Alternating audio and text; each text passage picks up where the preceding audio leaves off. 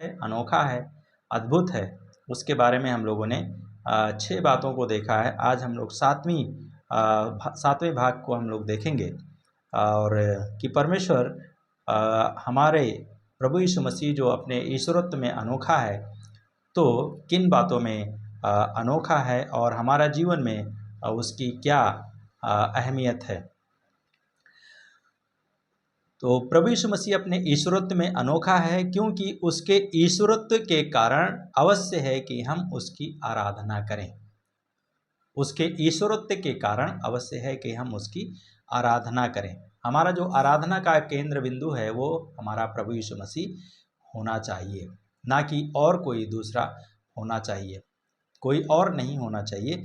हमारा आराधना का केंद्र बिंदु हमारा प्रभु यीशु मसीह होना चाहिए। एक स्थल में आपके सामने पढ़ूंगा, लूका का सुसमाचार 5 अध्याय उसका 12 से लेकर 15 पद तक। यहाँ पे इस प्रकार से परमेश्वर का वचन कहता है, ऐसा हुआ कि जब वह किसी नगर में था तो देखो वहाँ कोढ़ से भरा हुआ एक मनुष्य था।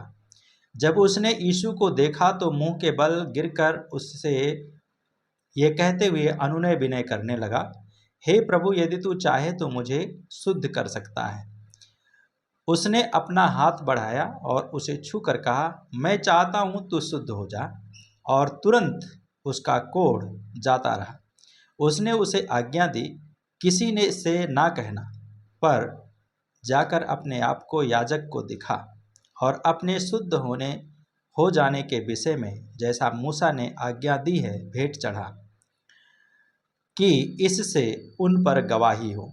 परंतु उसकी चर्चा दूर दूर तक फैलती जा रही थी और बड़ी भीड़ उसके सुनने की और बीमारियों से चंगाई पाने के लिए इकट्ठी हो रही थी। पर वह स्वयं प्रायः निर्जन स्थान में चुपचाप जाकर प्रार्थना किया करता था।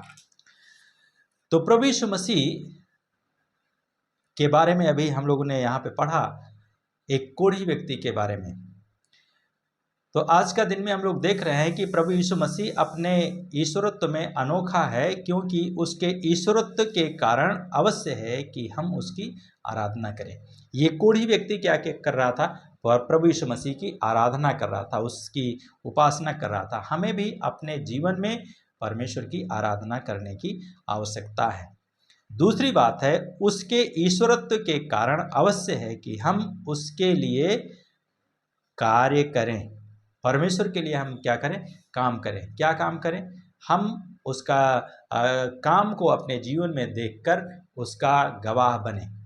और प्रभु यीशु मसीह का जब हम के लिए काम करना शुरू करते हैं तो प्रभु यीशु मसीह हमारे और आपका जीवन में और अद्भुत काम करता है। तीसरी बात है, उसके ईश्वरत्व के कारण अवश्य है कि हम उसकी गवाही दें। क्या करें? हम उसकी गवाही दें। इस कोढ़ी व्यक्ति ने क्या किया? जाकर के लोगों को बताता है कि प्रभु यीशु मसीह ने क्या किया? मुझे चंगा किया।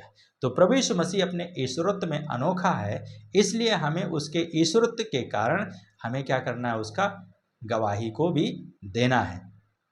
क्या आप देते हैं या नहीं देते हैं हमें नहीं मालूम, परंतु हमें देने की ज़रूरत है।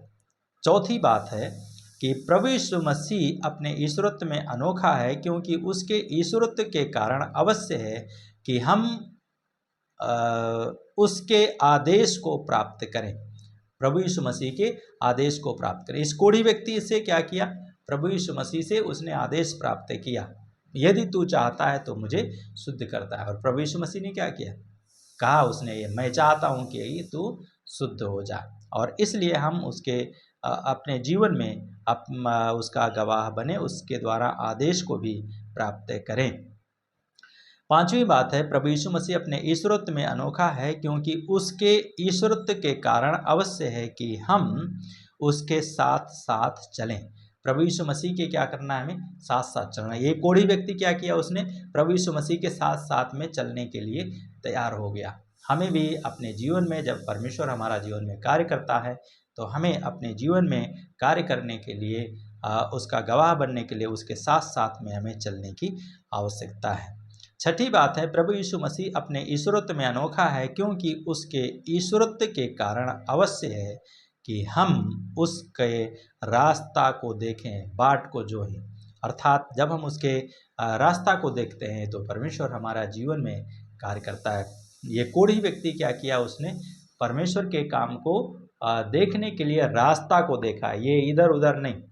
लेकिन इसने क्या किया, परमेश्वर के यीशु मसीह के पास में आया और यीशु मसीह की आराधना किया उसने, यीशु मसीह की उसने उसके कार्य को देखा, उसका गवाही दिया, उसके आदेश को प्राप्त किया, उसके साथ साथ चला, उसका रास्ता को देखा। हमें भी यही काम करने की आवश्यकता है जब हम प्रभु यीशु मसीह के साथ में चलते हैं। तो प्रभु यीशु मसीह अपने ईश्वरत्व में अलौकिक है, अनोखा है।